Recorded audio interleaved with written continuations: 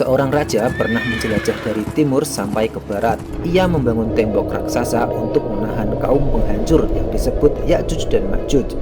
Sebagian orang bilang dia adalah Alexander Agung, tapi benarkah begitu? Ini kisah legendaris Raja Zulkarnain yang hingga kini masih menjadi misteri terbesar dalam sejarah umat manusia. Nama Zulkarnain muncul dalam Al-Quran Surat Al-Kahfi ayat 83-98. Ia digambarkan sebagai pemimpin yang kuat, adil, dan memiliki dua tanduk. Zulkarnain yang artinya pemilik dua tanduk. Tapi siapa dia sebenarnya? Sebagian sejarawan mengaitkan namanya dengan Iskandar Agung atau Alexander the Great, Raja Makedonia yang menaklukkan sebagian besar dunia.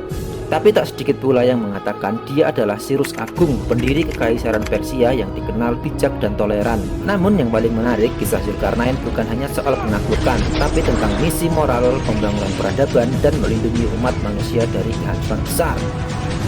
Al-Quran menyebut bahwa Zulkarnain melakukan 3 ekspedisi ke arah barat, ke arah timur, hingga ke sebuah wilayah di antara dua gunung. Saat menuju barat, ia melihat matahari terbenam di mata air yang berlumpur hitam. Banyak yang menganggap ini adalah metafora, mungkin sebuah wilayah pesisir dengan rawa lumpur seperti Laut Hitam atau Laut Kaspia. Saat ke timur, ia menjumpai kaum yang belum pernah tersentuh peradaban, tidak memiliki bangunan, bahkan tidak terlindung dari matahari. Perjalanan ini bukan hanya penaklukan geografis, tapi misi untuk menyebarkan keadilan, menertibkan kekacauan, dan membantu masyarakat yang tertindas. Dalam perjalanannya, Zulkarnain tiba di sebuah wilayah di antara dua gunung. Di sana, penduduknya meminta bantuan. "Ya Zulkarnain, tolong lindungi kami dari kaum perusak yang bernama Ya'juj dan Ma'juj." Lalu Zulkarnain memerintahkan pembangunan tembok raksasa, bukan dari batu biasa, tapi dari campuran besi dan tembaga cair, sebuah teknologi yang luar biasa di masa itu. Tembok itu begitu kokoh hingga bangsa Ya'juj dan Ma'juj tidak bisa memanjat atau menembusnya. Namun Zulkarnain berkata, ketika janji Tuhan datang, tembok ini akan hancur atau luluh.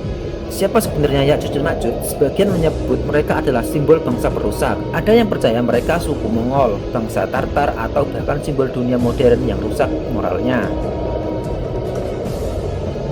Banyak ahli mencoba mencari lokasi tembok Zulkarnain. Ada yang merujuk ke pegunungan Kaukasus antara Georgia dan Azerbaijan. Ada celah sempit bernama Darial George, tempat berdirinya benteng kuno dari logam dan batu. Tapi sampai hari ini tidak ada satupun bukti arkeologis yang benar-benar bisa membuktikan keberadaan tembok itu. Mungkinkah itu semua hanyalah simbolik dan masih tersembunyi di balik gunung yang belum dijelajahi? Zulkarnain bukan sekedar raja, ia adalah simbol kekuatan yang adil, pemimpin yang bertanggung jawab, atau nasib umat manusia. Dalam sejarah Islam, ia bukan hanya pahlawan, tapi pembawa cahaya dalam zaman kegelapan. Cerita Zulkarnain mengingatkan kita bahwa kekuatan sejati bukanlah di medan perang, tapi dalam melindungi, membangun, dan mengangkat mereka yang terpinggirkan. Apakah Zulkarnain itu Alexander Agung, Cyrus Agung, atau tokoh lain? Mungkin kita tak pernah tahu. Tapi satu hal yang pasti, kisah ini akan terus hidup menginspirasi umat manusia dari zaman ke zaman.